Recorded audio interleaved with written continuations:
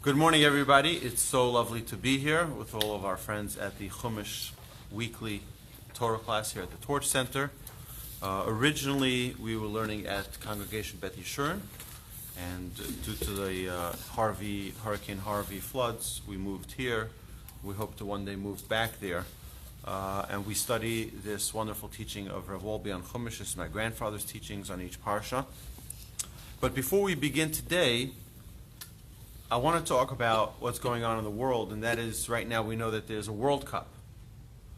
And yesterday I was watching England against Croatia, and what was very, very interesting to me is that you see thousands and thousands, tens of thousands of people.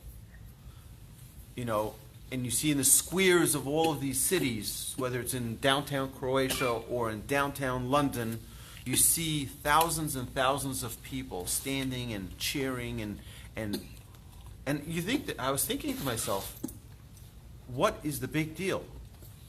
Right? You have nothing, you're sitting in your house or you're at the square, wherever you are, and you're rooting for a team, you don't know who the players are, right? You have no idea what really is going on, right? And what is your connection to that team? And the answer is, this is your own home. This is your home. This is your pride. And it's a very interesting thing why you have, in Texas, we're big into football, and we love our Houston Texans, and we feel a sense of joy when our teams win, and we feel a sense of like, oh, I can't believe we lost. It's like we lost. It's not we lost, the team lost, right? But what is the sense of with the Astros won last year, we won the World Series, and Houston is all excited. What did we do? We did nothing. Right? Aside from live in Houston, right? We don't own the team. We didn't train the team. So what is the excitement that we have when we have an affinity towards a specific group that makes us so happy when we're successful? So I'd like to say like this. I'm sure there are many, many answers, but I was thinking, I'm sharing with you my thoughts, my own personal thoughts. And that is because we love to feel good about ourselves. We love to feel good about ourselves. And when we associate with something, a team, for example, and that team is a winning team, so it gives us sort of a sense of like we are winners too. Right? We associate, if someone comes over to a person and says, you know something, you're a terrible person. Me? What did I do? Your father is a cheater. Your mother is and people say things that are inappropriate. What does that have to do with me? Well, because I associate myself with my parents. So if you insult my parents, by definition, you're insulting me. We associate. Why? Because our parents, at one point in our life, were the most important people in our lives. Right? We were born, we were very fragile, they fed us, they raised us, they took care of us, they sent us to school, they did our carpools, etc., etc.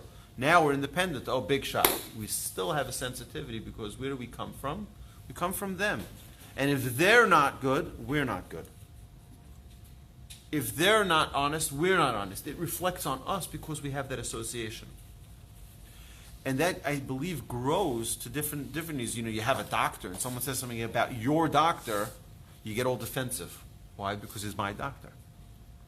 When we have someone talks about, about your children, even more so, don't mess with my children, right? Because my children are my association. And we have these associations to our sports teams. We have associations to our politicians. We have associations to many, many different things, even to the brand of car that you buy. Oh, we only drive this type of car, right? It's like mishpacha.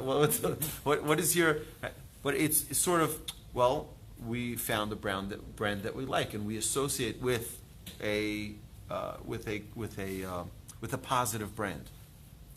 I think what we need to be careful of, though, is that it's great to have an affiliation. It's great to have a connection with something. But we cannot depend our satisfaction in life, our joy, our fulfillment on those associations. it's a dangerous thing, because if we are going for England and then England loses, we feel a void. We feel an emptiness. But if we say, you know what, it's just a game. We can cheer for a team. We can be excited for a team, but it's not going to change the way I live my life. It's not going to change the way. And you see that there are people who, when their team loses, they burn up a city. If their team wins, they burn up a city sometimes, i.e. Philadelphia, i.e. Detroit, right? If their team wins in the World Series or their team wins the Super Bowl, it's they turn over the city for the victory out of excitement. But I think that it's very dangerous for us to have such a dependence on these sports teams winning or losing, whether or not we're going to be happy, whether we're going to be pleased or satisfied or fulfilled because of that. But what I find even more interesting is that a few years ago, my wife and I were traveling back from Israel, and we had a stopover in England. And on the train, we met this individual, a Russian, and we were talking a little. I was talking with him a little bit. I speak a little bit of Russian, and I was talking to him. And then another guy walks onto the train, onto the tube, and introduces himself to our conversation. And he's from the Woodlands, from Texas. Mm-hmm.